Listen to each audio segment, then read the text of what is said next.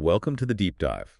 What immediately grabbed my attention about Richtech Robotics, RR on the NASDAQ, is just the sheer volatility. Yeah. Their market capitalization, I mean, around April 19th, 2025, depending where you look, it was bouncing between like $149 million and $229 million. Wow, that's a big range. Exactly. And considering the stock closed at $1.92 just 2 days before, April 17th, that kind of swing, well, it tells you we're looking at a complex story. For sure. And it really highlights the data challenges you often see, with these newly IPO'd small cap companies. Especially in such an exciting, but let's face it, unpredictable field like AI-driven service robots. Absolutely. And Richtech, they went public in November 2023, so they are still pretty new to the public markets. Right. Their whole focus is on developing these AI-powered robots, aiming to automate tasks in places like hospitality and healthcare, where labor is a big cost. The fundamental idea definitely makes sense. It does. So our mission today, as we dive into this Richtech Robotics deep stock analysis you shared, is to really, get under the hood. Yep. We want to understand their core business, take a look at the management team, assess their financial health, figure out how the market feels, and identify the key opportunities and, well, the risks that they're facing right now as of mid-April 2025. Consider this your shortcut to the essentials on Richtech. Exactly. How are we structuring this? Okay, so 2 main parts. First half, we'll hit the business model, the management, and the financials. Pretty standard stuff. Okay. Then second half, we'll dig into market sentiment, how people are feeling about it, who actually owns the stock, and the big risks. Including SWOT and those new tariffs, right? Definitely. SWOT analysis and, the impact of those recent U.S. tariffs. Then we'll wrap it up with a quick conclusion. And stick around to the end, everyone, because we've got a question about the future of robotics investing that might get you thinking. A little provocative thought to leave you with. All right, let's dive in. Chapter 1, Business Understanding. What exactly does Richtech do? Okay, so fundamentally, they design, develop, manufacture, and then deploy service robots. AI-driven, you said. Right, AI-driven for those labor-intensive industries. Now, historically, they mostly sold these robots outright, direct sales. Okay. But for fiscal year 2025, they've made a really significant strategic pivot. They're moving towards robot as a service, or RaaS. RaaS, like leasing, basically. Exactly like leasing. Customers pay a recurring fee. Richtech provides the robot, the maintenance, the support, all that.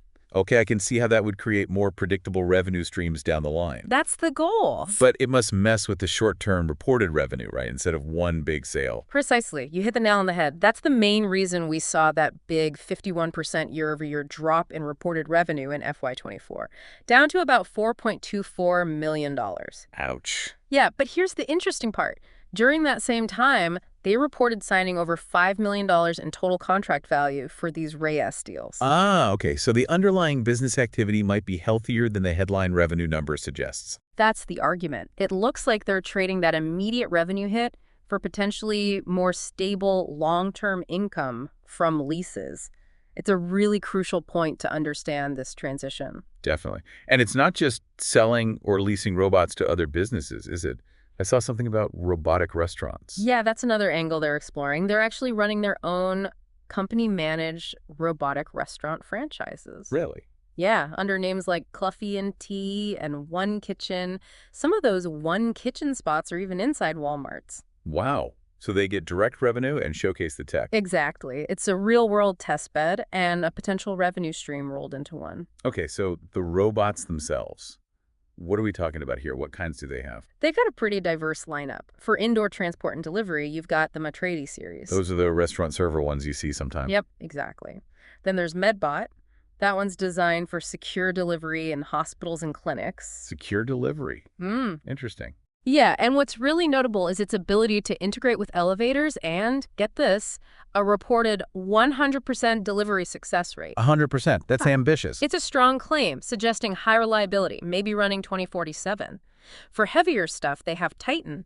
And for hotels, robots like Skylark, Richie, and Robbie handle various service tasks. And the common thread is AI. Right. AI navigation, avoiding obstacles, customizing behavior to the specific place they're working in. That's key across the board. Okay, that 100% for Medbot is definitely something to remember. What else? Sanitation? Food? Yep. Sanitation, they have the DSTE series, autonomous cleaning bots for commercial spaces. Okay. And in food and beverage automation, there's ADAM. It's a dual-armed robot that can make coffee, cocktails, even boba tea. A robot barista and bartender. Kind of. And this is where it gets even more futuristic. They're planning to launch a new one in 2025 called Scorpion. Scorpion? Yeah. It's meant to be a smaller, single-arm AI bartender. The reports say it'll use gesture and facial recognition for personalized service. Facial recognition bartender. Okay, now that is sci-fi. It really is, and it shows where they're trying to go with incorporating more advanced AI. So beyond the actual robots, is there anything else tying it all together? Yes, they talk a lot about their AI cloud platform, or ACP. BCP. The idea is it's a central system to manage fleets of their robots, optimize how they work, and use all the data they collect. So like a central brain managing the whole operation and learning from it. That's the vision, exactly. Simplify management for the businesses using them, get valuable insights from the data. Makes sense. But the analysis we looked at did flag that there aren't many specifics available yet on, what the ACP can actually do right now, how far along it is, or if it's making any money directly. So key part of the long-term plan, but maybe not a tangible factor just yet. Seems that way. Its current impact is a bit unclear. Okay, range of robots, big RAS shift, ambitious AI platform. How do they see themselves in the market? Are they a big player? Well, they position themselves as an established brand, even a potential leader, citing that early Matretti robot. Okay. They've got over 350 robots deployed in the U.S., which is, something, but still makes them pretty small compared to the industrial automation giants. Right. Founded 2016, IPO late 2023, and they are looking to expand internationally, Asia, Australia, Europe. And that market cap, around $216 million, you said? Yeah, around $216.4 million, give or take, which definitely signals their current scale. Small cap territory. So why should a business pick Richtech? What's the core pitch? The main value prop is tackling those big business headaches. Labor shortages, needing more efficiency, improving customer service, and cutting operating costs. Standard automation benefits. Pretty much. They market the robots as user-friendly, reliable. They mentioned over 1,000 deliveries a month for some food service bots and customizable. And the RAS model helps with adoption. Big time. It lowers that upfront cost, makes it easier for businesses to say yes. Okay, so wrapping up this chapter on the business, what's the key takeaway? I think the most critical thing is Richtech is in a high potential but very competitive space, and they're right in the middle of this massive pivot to RAE. Right. The success of that RAE strategy and whether they can really deliver on that AI platform vision, those are the absolute keys to their future growth. And like we said, the current financials reflect this bumpy transition period. Got it. Solid foundation. Let's move to Chapter 2, Management Evaluation. Who's running the show? Okay, leadership. It's a mix of tech and business experience. The CEO and founder is Wayne Wong. The inventor. Yeah, described as an inventor, 20-plus years in computer vision. And crucially, he has significant voting control because of their dual-class stock. The dual-class structure. We'll come back to that.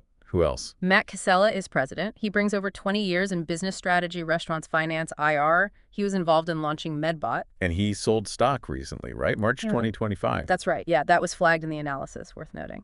Then Phil Zhang is COO sales, ops, customer success background.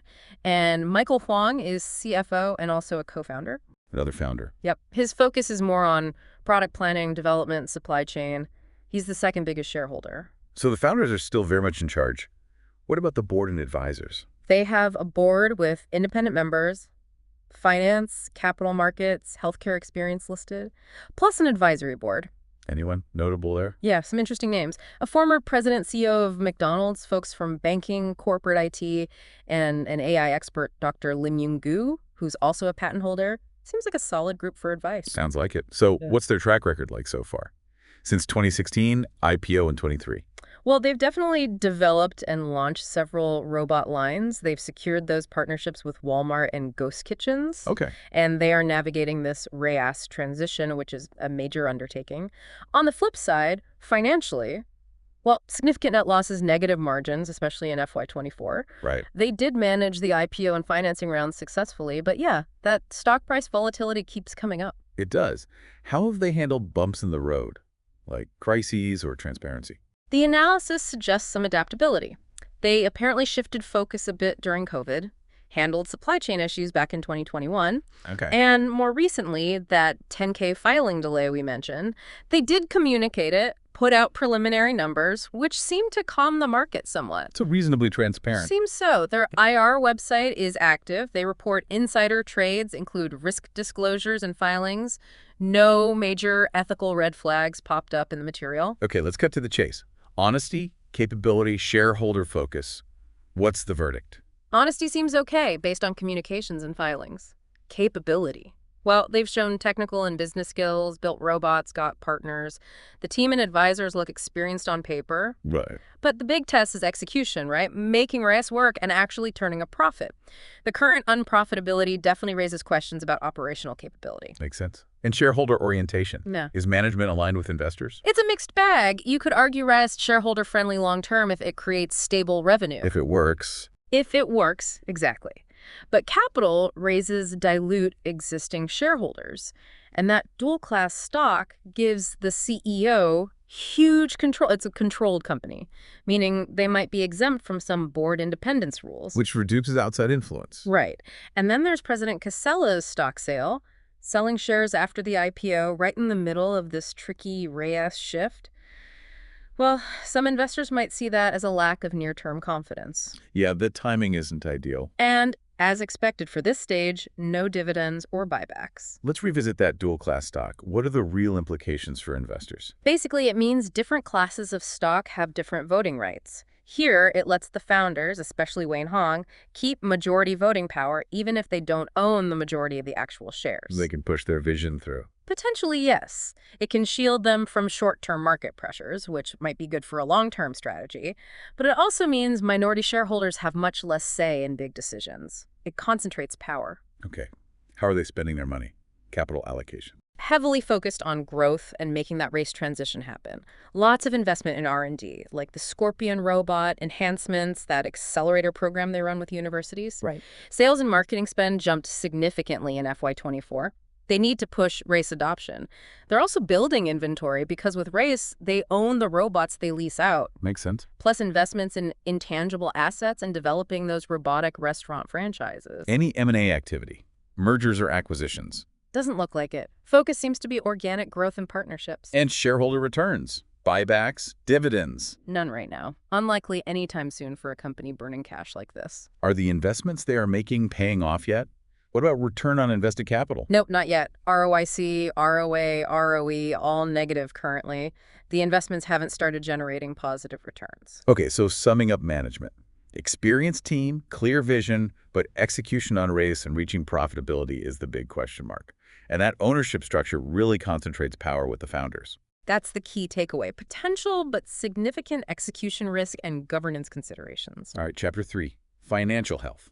Let's get into the numbers as of mid-April 2025. Okay, key metrics. Market cap, we set around $216.4 million, but remember that variability. Yeah, flag that. PE ratio is negative or not meaningful because they're not profitable. Revenue growth. Well, we discussed the 51% drop in FY24 to $4.24 million due to the RAS shift. But analysts are forecasting a rebound. They are. Projections are around $7.26 million for FY25, and then a jump to $17.79 million for FY26. Very optimistic. Very. What about profit margins? Deeply negative right now. Gross margin was maybe around 64% in FY24, though some data sources differ a bit there. Okay. But operating margin was like negative 191%, net margin around negative 192%. Whoa, spending way more than they're making. Significantly more, yes. That negative operating margin means core business operations are costing far more than they bring in currently. And debt, how leveraged are they? This is where it gets tricky. Their own filings from September 2024 suggested a low debt-to-equity ratio, around 0.225. That sounds manageable. It does. But another report cited a much higher figure, like 1.5x. That's a huge difference. Yeah, that's a red flag on data consistency. Absolutely. They did mention reducing debt mid-2024. Free cash flow is negative, they're burning cash, and the price-to-sales ratio is sky high, around 51x. 51 times sales. That screams high expectations for future growth. Huge expectations baked into that price. That discrepancy in the debt ratio really is concerning for anyone relying on third-party data. Overall financial stability, how does it look? Well, the main challenge is the lack of profitability and the cash burn. The IPO cash definitely helped the balance sheet short-term. Right. But ongoing losses are the big worry. Yeah. No history of consistent profit as a public company. No dividends, obviously. And the debt. Ignoring the discrepancy for a sec. Based only on the official filing number from Sub 24, it looked manageable. But you can't ignore that contradictory 1.5x report. The cash burn is the biggest immediate stability risk, though. One analysis even gave them an above-average chance of financial distress within 2 years. Oof. Okay, what about working capital? Day-to-day liquidity. Current ratios reported vary wildly from 3.26x up to like 72x. 72. Yeah, crazy range. But even the lower end suggests strong short-term liquidity, likely thanks to that post-IPO cash. Inventory is up, which makes sense with ROUS. Accounts receivable down, which is good for cash flow. So earnings aren't really volatile, just consistently negative. And debt is uncertain, but cash burn is the main issue. Pretty much. Earnings are consistently negative, not bouncing around profit loss. Debt seems okay based on the 10K, but that other report muddies the waters. Cash consumption is definitely the primary concern right now. Can you just emphasize again why those inconsistent financial ratios are such a risk? Sure. It's critical because investors might be making decisions based on wildly different pictures of the company's health. Is the gross margin decent or terrible? Is the debt manageable or dangerously high? These differences can come from calculation methods, timing, data errors, especially with smaller, newer companies changing their models. It just creates massive uncertainty. Investors really need to stick to the official SEC filings for the most reliable data. So the bottom line on financial health? It's a company investing heavily for the future, leading to big losses and cash burn now. The balance sheet got a boost from the IPO, but the path to profit is unclear, and relying on some third-party financial data seems risky here. Lots of uncertainty. Okay, that covers the first half, business, management, financials. Now let's shift to the second half, starting with Chapter 4, market sentiment. How's the market feeling about Richtech? It seems really mixed. You got the speculative buzz, AI, robotics, that's hot. Definitely. But then you have the fundamentals, the losses, the cash burn weighing things down. The stock's been super volatile. Sentiment seems polarized. Big potential versus weak current financials. And sensitive to news. Very. Like that 10K delay caused ripples, even though they put out preliminary numbers. One source actually called the overall sentiment impartial, which kind of captures that uncertainty, that tug of war. Interesting. What about the professional analysts? Are they impartial? Not so much. Coverage is limited. Only 2 analysts reporting recently in the data we saw, but they're leaning bullish. Ratings were strong buy or moderate buy. One source said 100% buy ratings. Any specific names or targets? Yeah, H.C. Wainwright had a $3.50 price target in April 25, and Lake Street had a $3 target in March 25, both buy ratings. Okay, $3 to $3.50. What kind of upside does that imply? Based on the price around mid-April, the average median targets were $3.17 to $3.25. So yeah, implying maybe 60% to 80% potential upside from there. Significant. Yeah. So very optimistic analysts versus a more hesitant, maybe even skeptical broader market. What news has been driving things lately, early 2025? A mix, really. On the plus side, they expanded that Ghost Kitchen's Walmart deal good for Reyes growth. Rumors of other tech partnerships. They showed up at a big international trade show, suggesting global plans. Launched that Cluffy and Tea Cafe in Vegas. Okay, some positive momentum. Yeah, and on the tech front, buzz around the upcoming Scorpion AI bartender using NVIDIA tech. But then you had the corporate stuff. The 10K delay. Right. Also, they expanded their HQ lease but filed an S3 registration statement. S3. That signals a potential future stock offering, right? To raise more cash. Exactly. Up to $200 million, potentially. So dilution concerns there. And despite some of the good news, the stock actually trended down significantly in the first few months of 2025. Lost about 38% in the 3 months before mid-April. Down 38% despite bullish analysts and some positive news. Yeah. That leads us right into short interest, doesn't it? It absolutely does. And this is where the bearish view really shows up. Short interest was high. How high? Over 12.7 million shares short as of late March 25. That was over 20% of the company's float, the shares actually available for trading. 20% short interest. That's huge. What's that telling us? It's telling us a significant chunk of the market is betting heavily against the stock. They think the price is going down. Driven by the losses, cash burn, Ray risk. All of that, most likely. Plus competition.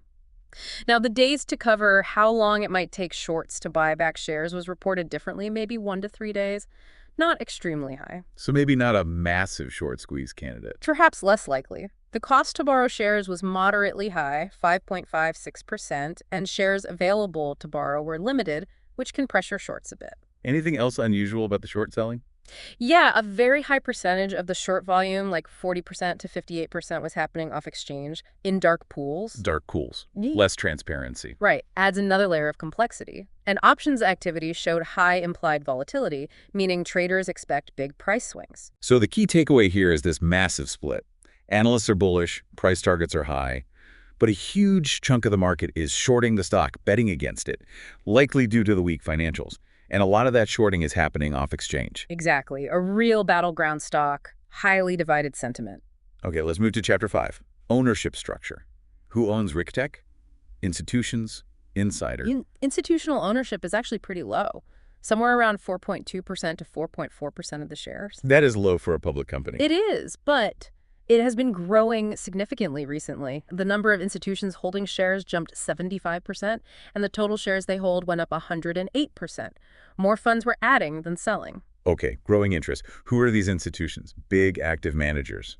Mostly index funds and quant firms, actually. Top holders listed were Vanguard, Jane Street, Geode, BlackRock, Northern Trust. Ah, okay. So maybe not driven by deep fundamental conviction, but more by index inclusion or quant strategies. That's a very likely interpretation, yeah. Now, insiders. That's a totally different story. High ownership there. Yeah. Very high. Estimated around 44–45% collectively. CEO Wayne Wang holds about 26% himself. CFO Michael Huang has around 6.9%. Wow. That's significant skin in the game. Usually seen as positive, right? Alignment. Often, yes. Suggests management's interests are tied to the stock price. But we also saw those recent sales. President Casella selling 60,000 shares. Right, in March 25. And a big sale by a 10% owner called King Bliss Ltd. Back in August 24. Plus, a Form 144 filing in March 25 hinted more insider sales could be coming. And no recent insider buys. None reported on the open market, so high overall insider ownership, but some recent selling activity from key people and major holders. How concentrated is the ownership overall? Highly concentrated at the top, mainly because of founder control via that dual-class stock. Wayne Wang's voting power is key. The top 2 insiders hold about a third of the shares. Okay. But interestingly, the top 25 shareholders hold less than half the company, which means there's a big chunk, maybe around 50%, held by smaller individual investors. The retail crowd. Seems like it. Also noted, Intracoastal Capital had about a 5% passive stake as of September 24. How does this structure impact governance? Well, the dual-class stock and the controlled company status mean less board independence, less influence for minority shareholders. That's just how it works. And low institutional ownership means less pressure from big funds. Generally, yeah. Though that's growing, as we said. So, key takeaway on ownership. Founders are firmly in control. Institutional interest is rising, but look at who the institutions are. And keep an eye on that recent insider selling. That sums it up well. Concentrated, with some mixed signals. Okay, Chapter 6. Risk assessment. Let's hit the SWOT analysis. Strengths, weaknesses, opportunities, threats. All right. Strengths. Diverse products, tech AI focus, that Ray-ass model pivot, early customer wins and partnerships like Walmart, experienced technical founder. Market need is there. Weaknesses. Big ones. Lack of profit, small scale, limited history, need for capital. Ray-ass transition is risky. Supply chain vulnerabilities, especially China links. Data reliability issues we flagged. Uncertainty around that AI cloud platform actually delivering. Okay, internal picture clear. External. Opportunities. Huge opportunities. The whole robotics market is growing. Automation trends are strong. Ray-ass is getting more accepted. Potential for global expansion, new industries. That robotic franchise idea could take off, leveraging ongoing AI advances. Sounds promising, but the threats. Also significant. Intense competition, lots of players in robotics. Economic downturns could hurt demand. Technology changes, fast risk of becoming obsolete. Regulatory hurdles for robots and AI could pop up. Geopolitical risks, too. Tariffs. Definitely. Geopolitical risks, and yes, those new U.S. tariffs announced in 2025 are a major threat. Plus, simple execution failure not delivering on the plan. Capital market conditions changing, and cybersecurity is always a risk. Let's zero in on those 2025 U.S. tariffs. You flag them as a big deal. Why? Yeah, they pose a really significant threat, especially for a company like Richtech right now. We're talking a baseline 10% tariff, potentially way higher, like 34%, on some Chinese goods hitting key components they likely import. Like sensors, motors. Exactly. Sensors, actuators, motors, processors, the guts of the robots. This means higher costs, straight up. It inflates their bill of materials, hurts those already negative margins. Reports suggest component prices were already rising. So costs go up. What else? Supply chain disruption, delays, shortages, needing to scramble for new suppliers. Reconfiguring supply chains is hard and expensive. Even with their U.S. manufacturing expansion, they probably still rely heavily on imported subcomponents. How does this hit the business side? Pricing, demand. They have tough choices. Absorb the costs, that kills margins further. Raise prices, that could dampen demand, especially for smaller businesses trying out robotics. Right. So even if tariffs theoretically make automation look better versus labor, if the robot gets too expensive because of tariffs on its parts, it could hurt Richtech more than help. And raising capital. Does this make it harder? It could. Increased uncertainty isn't great for investor appetite. We already saw VC funding for robotics dip a bit after earlier tariffs. This could make future funding rounds tougher or more expensive for Richtech. Can they do anything to fight back? Mitigation strategies? They can try. Diversify suppliers away from high-tariff countries. Lean more on their U.S. facility, maybe redesign products to use different components. Emphasize the software service side more, since that's not tariffed. Carefully manage price increases. But the bottom line on tariffs. They represent a material external risk. They make the financial challenges worse, impact costs, supply chains, maybe demand, right when Richtech is trying to scale this critical RIS model. Bad timing, really. So wrapping up risks. A complex mix of internal weaknesses like unprofitability and external threats like competition and these very significant new tariffs, potentially hindering growth despite the promising industry. That's a fair summary. Lots of potential, but navigating these risks, especially the financial and tariff ones, will be crucial. Okay, that brings us to Chapter 7, brief conclusion and the end hook reveal. Let's synthesize this. Quickly then, high growth sector, yes. Big RIS transition underway, currently unprofitable. Competitive moat, narrow, unproven. Management, capable vision but execution untested for profitability. Financial health, weak. Market sentiment, sharply divided bullish analysts, huge short interest. Ownership, concentrated. Risks, significant competition, execution, and those tariffs are big ones. And looking through a value investing lens, does it tick the boxes? Not really, no. Understandable business? Yes. Long-term prospects, maybe, for the industry. Durable moat, not yet clear for Richtech. Capable shareholder-oriented management, jury's still out on execution and shareholder value creation. Capital allocation, not generating returns yet. Financial prudence, no, currently burning cash. Attractive price, seems very speculative based on current financials. High PS ratio. So not a classic value play. Definitely not. It's a highly speculative opportunity right now based on those value principles. Okay, so your overall investment outlook for Richtech as of April 19, 2025. High risk, potentially high reward. That's the classic line, but it fits here. Significant hurdles remain. Valuation looks stretched. Banking on future success requires strong belief in flawless execution. And those risks we talked about demand very close monitoring. All right, and now that end hook, that provocative thought we teased. Yeah, here it is. Given this intensifying global trade landscape, the tariffs, the reliance even of domestic robotics firms on global supply chains, could the next decade fundamentally reshape the robotics industry? How so? Could it end up favoring companies that have truly localized, vertically integrated manufacturing, making almost everything themselves, close to home, even if their core technology isn't necessarily the absolute cutting edge? So supply chain resilience and local manufacturing potentially trumping pure tech advantage. That's the question to ponder, something to consider when looking at any robotics investment in this changing world. Definitely food for thought. If you found this deep dive helpful, make sure you subscribe to the Stock Analytics AI YT channel for more analysis like this. And just a reminder, everything we discussed today is for research purposes only. AI-driven analysis has inherent limitations, so always do your own homework. Thank you for joining us for this deep dive into Richtech Robotics.